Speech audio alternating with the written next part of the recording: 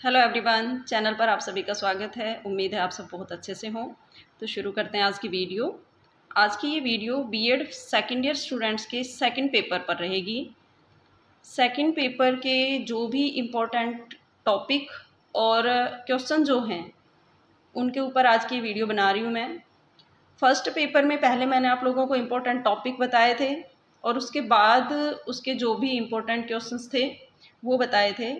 लेकिन अभी आप लोगों के पास इतना टाइम नहीं है कि पहले आप लोगों को टॉपिक्स कराए जाएं और फिर उसके बाद क्वेश्चंस कराए जाएं। तो अब मैं आपको यूनिट वाइज एक साथ ही जो भी इम्पोर्टेंट टॉपिक और क्वेश्चन हैं वो बता रही हूँ ताकि आप जल्दी से उनको तैयार कर लें और आपका जो भी सिलेबस है वो कंप्लीट हो जाए।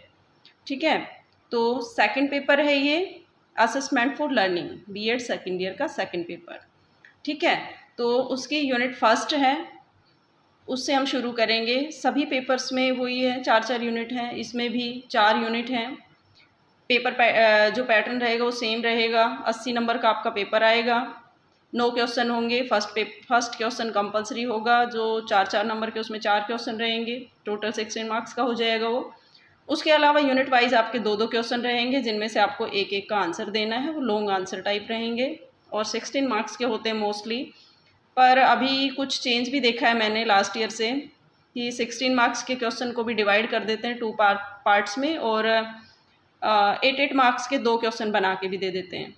ठीक है, वो मैं आपको दिखा दूंगी कि किस तरह से होता है। जैसे आप ये साइड में पेपर रखा है, ये देख रहे हैं, इसमें ये आंसर नंबर क्वेश्चन नंबर 7 दे रखा है जो पार्ट्स में है, ए और बी करके, और 8-8 मार्क्स के हैं, टोटल 16 का है। तो इस तरह से भी आपके क्वेश्चन आते हैं। तो बताऊंगी मैं आपको कि किस तरह से आपको तैयार करना है। ठीक है, तो फर्स्ट जो आपकी यूनिट है उससे शुरुआत करते हैं। और इसमें देखिए जो मेन आपके टॉपिक रहेंगे फर्स्ट यूनिट में, आकलन, मापन, मूल्यांकन और संशोधित वर्गीकरण, इनके ऊपर रहेगा।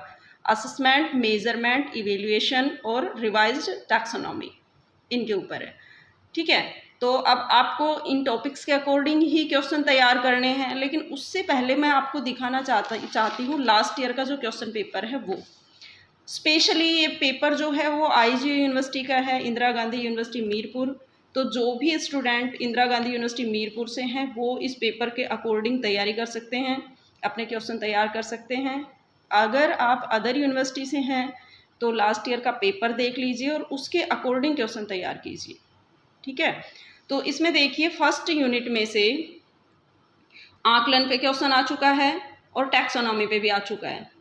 ठीक है, मतलब आकलन पे आ चुका है, टैक्सोनॉमी पे आ चुका है। दोनों पे क्वेश्चन आपका आ गया 16 मार्क्स का। और शॉर्ट में अगर देखें तो भी आकलन के ऊपर ही क्वेश्चन आया हुआ है 4 मार्क्स का। तो इस बार जो आपके चांस रहेंगे, अब इसमें देखिए एक बार, आकलन के बारे में पूछा हुआ है, आकलन पे ऑलरेडी क्वेश्चन आ चुका है। मापन जो है इसके ऊपर शॉर्ट में क्वेश्चन आने के चांसेस होते हैं। तो मापन का मैं आगे आपको बताऊंगी किस तरह से आप तैयार करेंगे शॉर्ट के लिए। उसके अलावा अब जो आपका मेन इस बार इसमें लॉन्ग क्वेश्चन आने के पूरे जो चांस है वो टॉपिक है मूल्यांकन, इवेल्युएशन। इसमें आपके पूरे चांस है क्वेश्चन आने के, 100% एक क्वेश्चन इसमें से आएगा।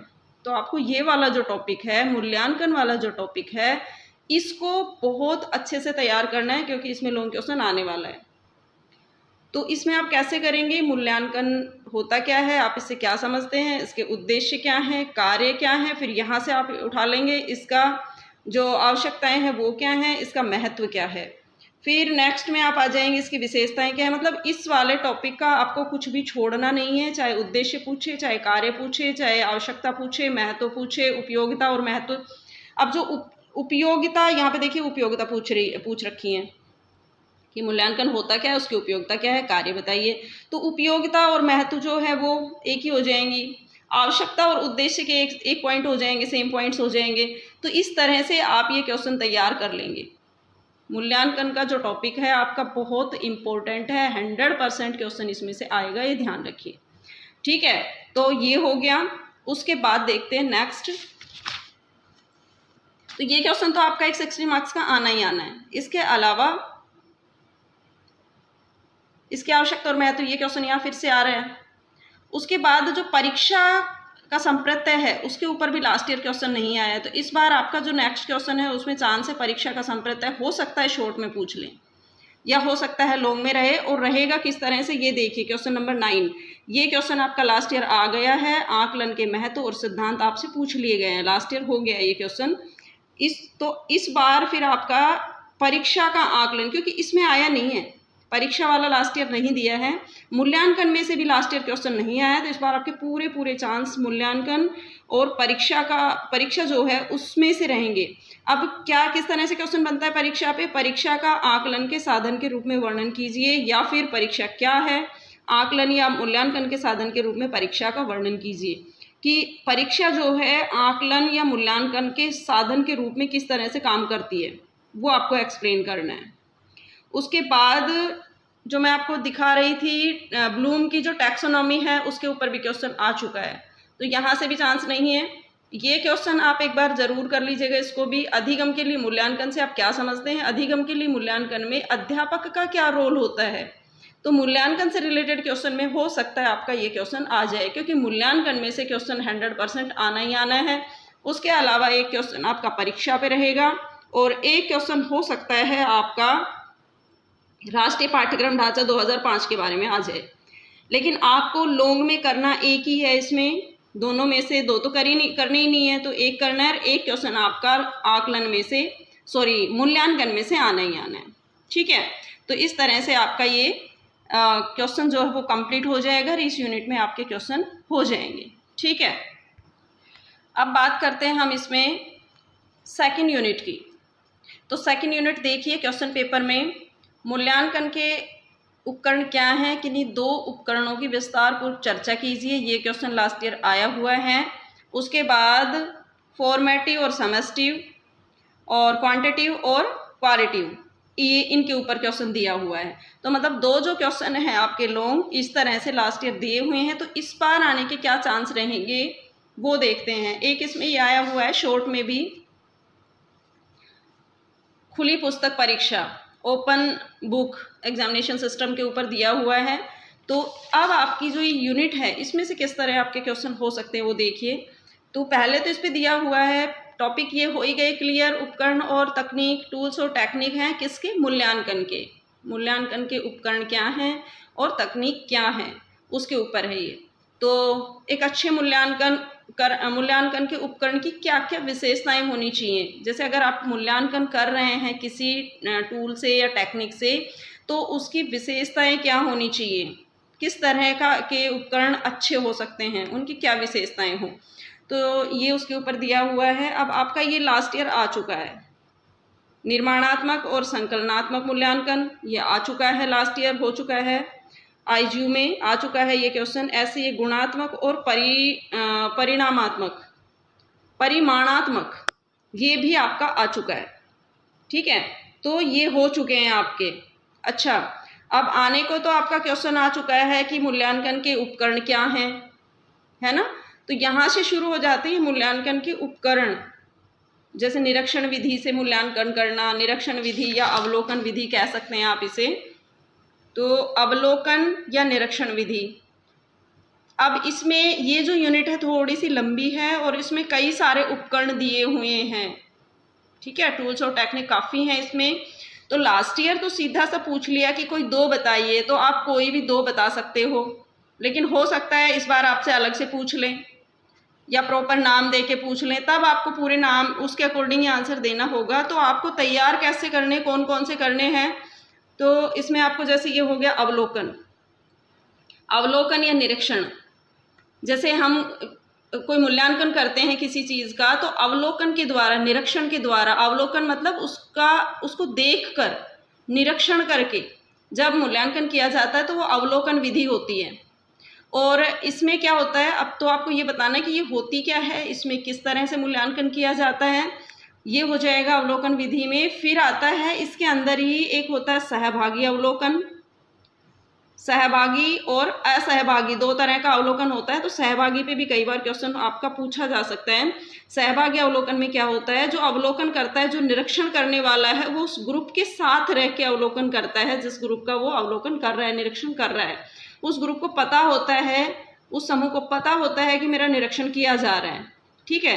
तो उसके गुण भी होते हैं कुछ और दोष भी होते हैं। तो होता क्या है, इसकी विशेषताएं क्या होती हैं, वो तो उसके साथ ही आ जाएगी, जो होता क्या है उसके अकॉर्डिंग बता दोगे। बाकी इसके गुण और दोष क्या होते हैं वो बताएंगे आप। फिर उसके बाद आता है असहभागी अवलोकन।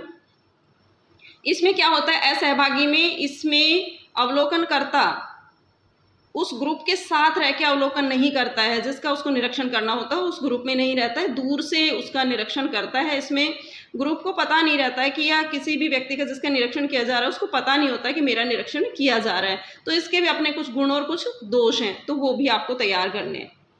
एक अच्छे अवलोकनकर्ता में कौन कौन से गुण होने चाहिए ये भी आपको पता होना चाहिए कि जो भी अवलोकन कर रहा है, निरीक्षण कर रहा है, उसमें क्या क्या क्वालिटीज होनी चाहिए ताकि वो अच्छे से निरीक्षण कर सकें। तो एक तो आपका टॉपिक हो गया ये अवलोकन का, ठीक है, अवलोकन विधि या निरीक्षण विधि, इसके ऊपर। दूसरा आता है साक्षात्कार। तो इसको भी आपको तैयार करना पड़ेगा क्योंकि पता नहीं कहाँ से भी पूछ सकते हैं आपसे।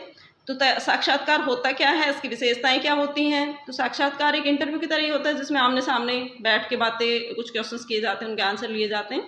तो इसके गुण क्या हैं, दोष क्या हैं इस विधि के, वो इसमें आपको बताने होंगे। फिर इसमें आता है प्रश्नावली। प्रश्नावली में एक प्रश्नों का एक सेट होता है जो सामने वाले को दे दिया जाता है और जो भी उसमें प्रश्न होते हैं, क्वेश्चन होते हैं, उसके अकॉर्डिंग वो उसमें अपने आंसर फिल करता है। तो उससे रिलेटेड रहेगा ये, ठीक है। अब बात करते हैं नेक्स्ट आपका इसमें जो इम्पोर्टेंट रहने वाला है वो चेकलिस्ट। चेकलिस्ट पे भी पहले क्वेश्चन आया हुआ है, तो यहाँ से भी आप इसको तैयार कर लेंगे चेकलिस्ट में भी, कि चेकलिस्ट निर्माण करने में ध्यान रखने वाली बातें कौन सी हैं, क्या सावधानियां रखनी चाहिए या क्या आवश्यक पद हैं, इस तरह से चेकलिस्ट पे क्वेश्चन आता है, ठीक है। उसके बाद फिर आप इसमें करेंगे यहाँ से स्व आकलन और प्रतिपुष्टि, सेल्फ असेसमेंट और फीडबैक। इसके ऊपर भी आपसे शॉर्ट में क्वेश्चन पूछा जा सकता है, 4 मार्क्स का जो क्वेश्चन है वहाँ पे पूछ सकते हैं, इसलिए इसको भी कीजिए आप। उपलब्धि परीक्षण जो है इसके ऊपर भी क्वेश्चन रहता है, तो इसको भी आप कर लेंगे, इस टॉपिक को भी, इस क्वेश्चन को भी, इस टॉपिक को भी, इससे रिलेटेड किस तरह से आ सकता है ये। जैसे 1-2 क्वेश्चन आगे पीछे दिए हुए भी होते हैं कि किस तरह से ये हो सकता है, ठीक है। उसके बाद फिर आपका इसमें से जो इम्पोर्टेंट रहेगा, 2 क्वेश्चन आपको और करने हैं। ब्लूप्रिंट पे चांस कम होते हैं कि ब्लूप्रिंट कैसे बनाते हैं, वैसे हर टीचर को आना चाहिए कि ब्लूप्रिंट बनता कैसे है, इसलिए इसको भी कर लीजिए, ठीक है। क्योंकि ब्लूप्रिंट बनाना ही नहीं आएगा तो क्वेश्चन पेपर कैसे सेट करेंगे आप। तो ब्लूप्रिंट तो आपको आना ही आना चाहिए, इन फ्यूचर आपके काम आने वाला है, तो इसको इग्नोर मत कीजिए, इसको कर लीजिए। फिर आपका आता है वस्तुनिष्ठ परीक्षा के बारे में। आप तो जो एग्ज़ाम होते हैं हमारे, एक जैसे ऑब्जेक्टिव और एक सब्जेक्टिव, उसके ऊपर आपसे क्वेश्चन पूछे जा सकते हैं कि वस्तुनिष्ठ परीक्षा प्रणाली क्या है, उसके बारे में क्या जानते हैं और उसके क्या फ़ायदे हैं और क्या दोष हैं, क्या लाभ और हानि है, क्या गुण दोष हैं। ऐसे ही व्यक्तिनिष्ठ जो है उससे आप क्या समझते हैं, उसमें क्या होता है, और या निबंधात्मक जो है वो क्या होते हैं और उनके क्या गुण हैं और क्या दोष हैं। तो इस तरह से आपको सब्जेक्टिव और ऑब्जेक्टिव जो एग्ज़ाम का जो पैटर्न है उसके बारे में बताना है कि परीक्षा प्रणाली किस तरह की है, सब्जेक्टिव में क्या गुण है, क्या नुकसान है, और ऑब्जेक्टिव के क्या फ़ायदे हैं, क्या नुकसान है, इस तरह से इन दोनों पे। तो यहाँ से आपसे क्वेश्चन पूछा जा सकता है, तो इसमें आपको जो ये क्वेश्चन बताएं उस तरह से करेंगे आप। जितने भी इसके टूल्स हैं, उपकरण हैं, जैसे अवलोकन विधि हो गई, साक्षात्कार हो गया, ये उसके अलावा जो ये निरीक्षण विधि, प्रश्नावली विधि हो गई, प्रश्नावली का हो गया, अवलोकन में हो ही गया, असहगामी का हो गया, और फिर बाद में आपके फीडबैक वाला हो गया। तो इस तरह से आप लास्ट में ये जरूर कर लेंगे वस्तुनिष्ठ परीक्षा क्या होती है और व्यक्तिनिष्ठ या निबंधात्मक परीक्षा क्या होती है। वस्तुनिष्ठ और निबंधात्मक, इन पे आपसे क्वेश्चन पूछे जा सकते हैं, तो इनको भी मत छोड़ना, आपको ये कंप्लीट करने हैं, ठीक है। तो इस यूनिट में इस वीडियो में ये 2 ही यूनिट में करा पाऊंगी, क्योंकि कंप्लीट अगर कराती हूँ तो वीडियो भी लंबी हो जाएगी और आप शायद समझ नहीं पाएंगे। तो पहले आप इन 2 यूनिट्स के क्वेश्चन और टॉपिक्स क्लियर कर लीजिए, उसके बाद नेक्स्ट वीडियो में मैं नेक्स्ट जो यूनिट है उसके करा दूंगी, ठीक है। तो आज के लिए इतना ही, मिलते हैं नेक्स्ट वीडियो में नेक्स्ट यूनिट के साथ। Thank you, have a good day.